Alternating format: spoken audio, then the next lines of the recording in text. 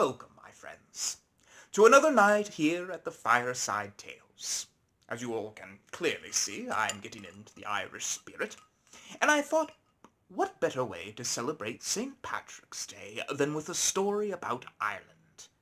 Now, I should warn you that the following story is very much infused in darkness, but I think that is only necessary. After all, you should know that the man in grey can be just as wicked, if not more so, than the man in black. And tonight's story will serve as a cautionary tale. It begins with a great king by the name of Howeth. Now, King Howeth very much enjoyed partying. He loved dancing, and he loved good food and great wine.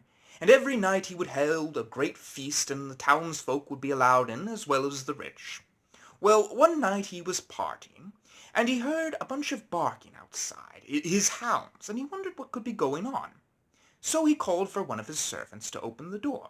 So the servant did as he bid, and the moment the servant opened the door, in rushed a white rat. And the white rat was being chased by the hounds, and it jumped up onto the king's table and landed there. Well, anyways, the king was amazed by the creature as it looked at him, for the white rat had almost human eyes and an almost human face to it. And finally the king called off the dogs and decided to keep the white rat as a curiosity. Well, anyways, he put it into a cage, and he had it for many years. And honestly, he took it everywhere with him. But one day he was going to France, and he decided to leave it behind.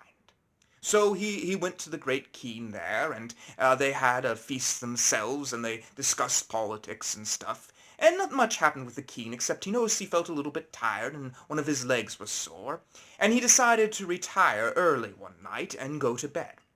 Well, anyways, as King Howeth was lying there in his bed, he heard a noise on the staircase, and he sat up from his bed, and he looked to see that something was poking its head out of the door crack. And soon enough, the white rat had pushed its way in, and it was limping, and it seemed very tired. And the guard saw it, and it lifted up its axe, and before King Howeth could stop him, the guard had killed the white rat.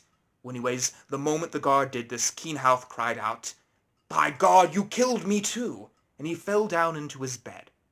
Well, anyways, King Howeth would die only a few hours later.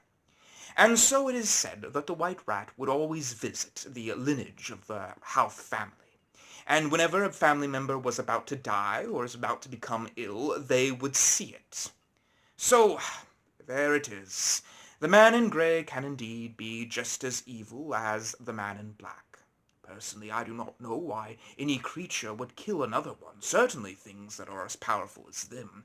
But I suppose the fear in death makes us do things that, well, let us just say, it takes us away from God and into the path of no.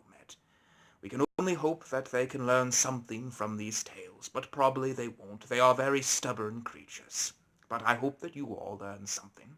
And I do have some good news for you all, some hope out of all this darkness. At least it's good news for me. I'm getting married to a Lady Rosabelle, and we're going to have the wedding in August. So thank you all. I can't wait to tell you all more stories and tell you all how things are going. But until then, sweet dreams and good night.